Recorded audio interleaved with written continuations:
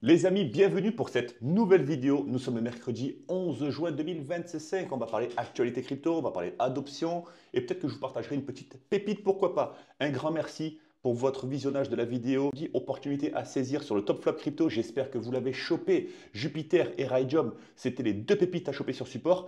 Et je vous ai partagé bien sûr lundi. Allez checker la vidéo lundi, le setup parfait. Celestia Osmosis. Si vous n'en avez pas, allez checker le projet. Et j'espère que vous en avez chopé parce que le marché commence à repartir. Et est-ce que c'est le début de la fin? Est-ce que c'est la fin du début? On va checker ça ensemble. Mais vous savez très bien qu'il faut passer par l'actualité pour comprendre ensuite comment va se dérouler la fondamentale et bien sûr la finalité, l'analyse technique. C'est parti. On va aller directement sur Investing. Investing, déjà, on va aller voir les plus grands rendez-vous économiques, macroéconomiques, qui vont encore une fois faire bouger le marché crypto dans un sens ou dans l'autre. Donc bien sûr que ça touche beaucoup le marché US, à 90% le marché US. On a l'IPC Core. Donc l'IPC Core, c'est en gros, c'est l'indice de l'inflation monétaire américain. Donc l'inflation, c'est un petit peu, on va un petit peu arbitrer tout ça. On va se dire que ben, si on a plus de pouvoir d'achat, si on a plus, si les investisseurs ont plus de pouvoir d'achat, ils vont plus investir. S'ils en ont moins, ils vont moins investir. Donc si l'inflation grignote, forcément, on va contrer tout ça avec, on va contrer tout ça.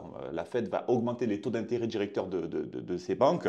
Et du coup, ben, si les taux d'intérêt, pardon, augmentent, on aura moins de pouvoir d'achat. Donc, un petit red flag pour les cryptos. Si les taux d'intérêt directeurs baissent, donc les fameux taux d'intérêt qu'on appelle ça, eh ben là, on aura plus de pouvoir d'achat et green flag sur les cryptos, donc plus de pouvoir d'achat, etc.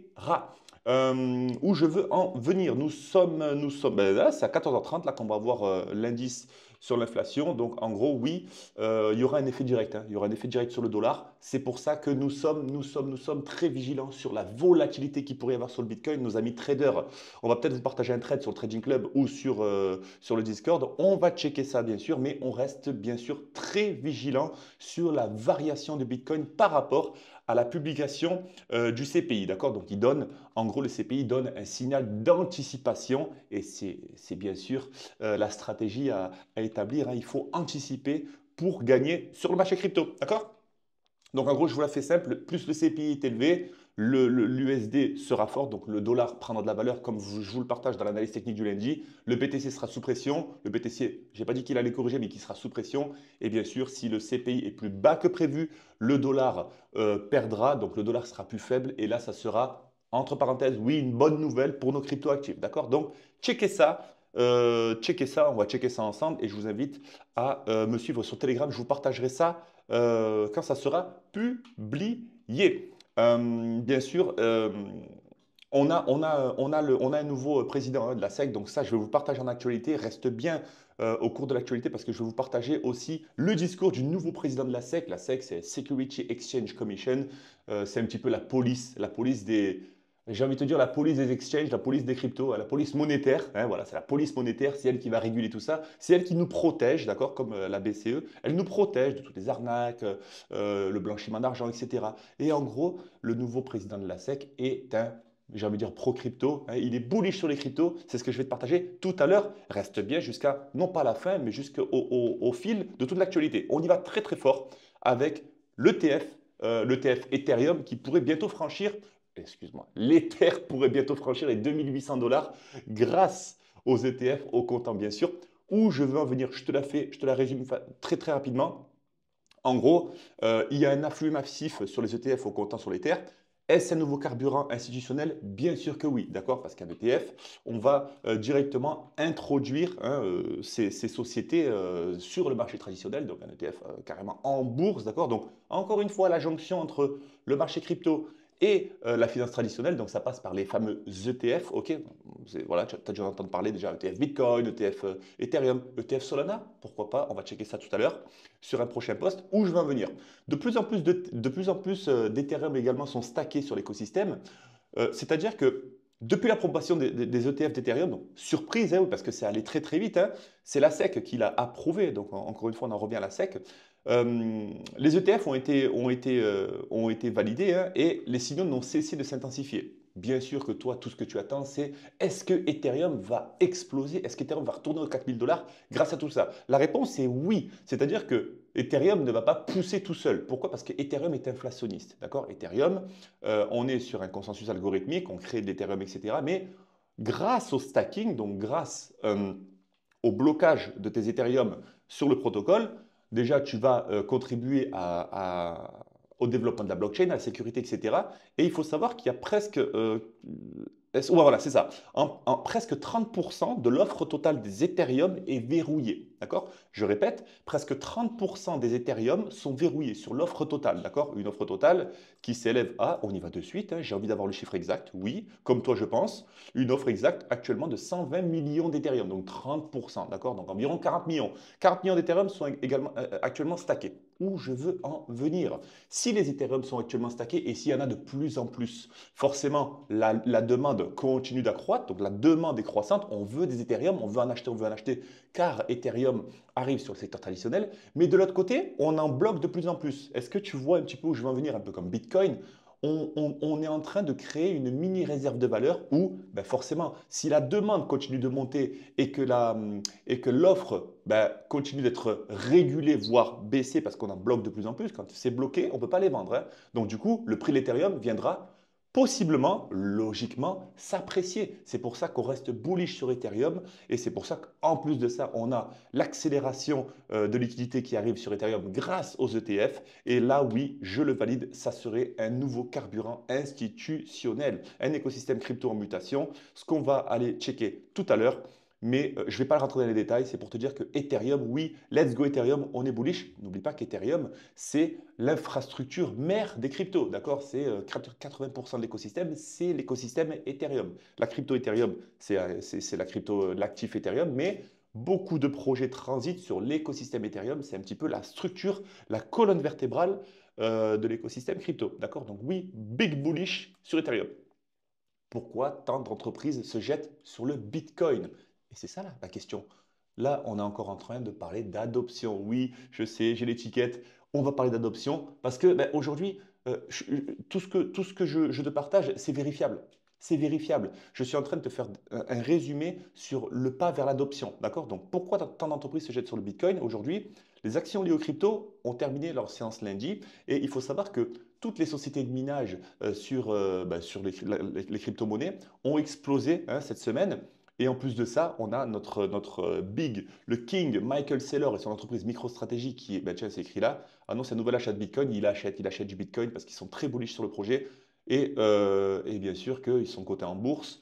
En parallèle, bien sûr, l'émetteur de stablecoin, on l'a partagé la semaine dernière, USDC, donc l'USDC, hein, l'USDC qui est ici, est rentré en bourse, ça y est, avec une belle performance. Est-ce qu'on l'a? Oui, 7% sur la journée pour l'USDC. On est en train de parler d'un signal fort d'adoption, hein. Je le répète, quand tu seras à table dimanche avec tonton, tata, le papa, la maman qui te diront oui, mais la crypto, on n'est pas sûr.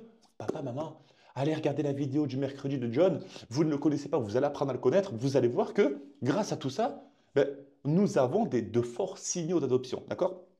Où je veux en venir? Forcément, si les entreprises de minage performent sur le marché crypto, parce qu'elles ont des bons rendements et parce qu'elles ont des actionnaires aussi, elles versent beaucoup de dividendes à leurs actionnaires aussi, forcément que le marché crypto, il va réagir et ça va péter, ça va péter. Attention, ça va peut-être pas péter demain, après-demain, mais le bond de Bitcoin sur son ATH a bien sûr fait des heureux. Adoption incoming. La Corée du Sud avance vers la légalisation des stablecoins, vers une nouvelle loi crypto. Voilà, encore une fois, c'est pas moi qui l'ai dit, c'est Cointelegraph, notre ami Martin Young qui a posté ça. Donc, on va pas s'étendre sur le sujet, mais oui, la Corée du Sud avance vers la légalisation des stablecoins, d'accord? Donc, attention, attention, prendre avec des pincettes. Ils veulent intégrer tout ça dans leur économie, mais c'est à prendre avec des pincettes. Je te dis juste le gros titre pour te dire que, encore une fois, pour te rappeler encore une fois que oui, l'adoption est en cours dans les pays d'Asie. Gros big up à tous les pays d'Asie et tous les Français et les francophones qui sont en Asie. Hong Kong utilisera le protocole Chainlink dans le cadre d'un projet pilote de CBDC. Encore une fois, Chainlink, c'est quoi? Chainlink, on est sur un top, j'allais dire top 10, on est top 13 Chainlink, on est capitalisé à 10 milliards de dollars. Chainlink, c'est un oracle, d'accord? Je ne vais pas m'étendre sur le sujet. Tu vas demander à ton ami le dictionnaire ou ChatGPT, qu'est-ce qu'un oracle en crypto et tu viendras me donner ta réponse sur Discord ou en commentaire sur cette vidéo. Chainlink sera utilisé, donc ils vont utiliser le protocole CBDC grâce à son protocole interopérable, ok? Je ne rentre pas dans les détails, j'ai pas envie de te perdre, j'ai pas envie que tu zappes et que tu ailles sur une vidéo divertissante. Je veux te divertir, je veux te faire apprendre en te divertissant. J'espère que ça fonctionne, mais encore une fois, l'adoption est massive et Chainlink continue de prendre des parts de marché. Tu n'as pas de Chainlink? Va voir ma vidéo, ma dernière vidéo sur le top crypto, ma méthode ultra agressive et j'ai aussi partagé une crypto où je parle de Chainlink qui est un incontournable à avoir dans son wallet long terme. Stacking d'Ethereum, record historique, 34,8 millions de TH stackés. Pas besoin de s'étendre sur le sujet, on en a parlé tout à l'heure, je pense. Donc, en gros, plus il y aura d'Ethereum stackés, plus ça va apporter une pression acheteuse sur Ethereum, vu que la demande est croissante. Pas besoin d'en dire plus. Voilà, c'est encore noté, 30% de l'offre d'Ether est désormais sous verrou. Est-ce bullish sur Ethereum? Est-ce bullish pour Ethereum? Bien sûr que oui. Let's go Ethereum. On continue? On continue? Ah, ça j'aime bien. Ça j'aime bien. Une valeur américaine fondamentale. Le nouveau président de la SEC marque son ouverture aux crypto-monnaies. Il faut savoir que auparavant, il y a quelques années en arrière, on avait notre ami Jérôme Powell qu'on apprécie, qui était l'ancien président de la SEC. Attention, c'est pas la peine de dire qu'il était anti-crypto, qu'il était anti-ci, anti-ça. Il était juste très bon dans son travail, très bon dans son métier. Il était là pour protéger son peuple. Basta.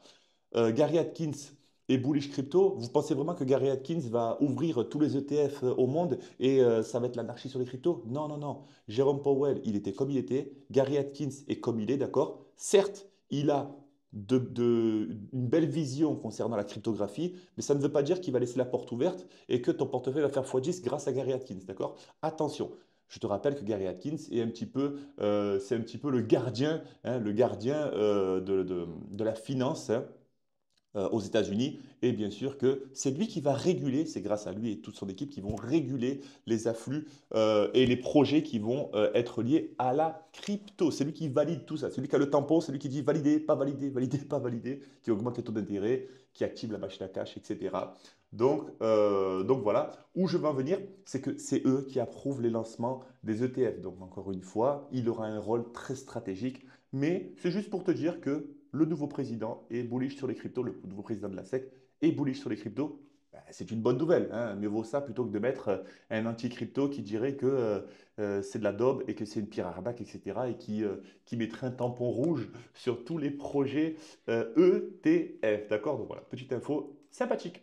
Apple, X, anciennement Twitter, Airbnb, les géants de la tech veulent intégrer la crypto à leur service. S'il te plaît, prends ça, montre-le à toutes les personnes qui pensent hein, dans ton entourage que la crypto, c'est qu'un effet de mode. Oh, la crypto, non, t'inquiète pas, la crypto, c'est comme la tectonique. La crypto, c'est comme le DAB. C'est comme le DAB, ça va disparaître. Oui, oui, oui, oui, oui.